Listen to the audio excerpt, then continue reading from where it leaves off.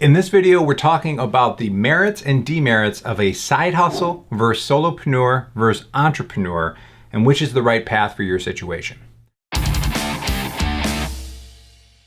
Which option is best for you is going to depend on your specific situation and risk tolerance. The mistake I see a lot of people make with side hustles is that they get stuck in the gig economy that doesn't scale for them. The moment you let your foot off the Uber gas pedal, so to speak, you stop making money. If you're trying to get out of debt or beef up your emergency fund, I have no problem with someone driving Uber as a side hustle to improve their situation. But if you don't have a plan beyond that, you're just someone with 2 jobs and not a lot of free time. So if your end game is to leave your job for entrepreneurship, I'd recommend using gig economy type side hustles to get your finances right and then switch to a scalable side hustle as quickly as possible. A solopreneur, by my definition, is someone who has their own business but doesn't worry about making payroll. They may outsource some work, but it's not like you're ever going to call someone into your office and fire them from their job. The benefits are that it has a lot of simplicity compared to a true entrepreneur. An entrepreneur, by my definition, is someone who owns their own business and has people on the payroll they're accountable to. The upside of this business model is that if you can manage your time and properly delegate, you can scale a business to higher heights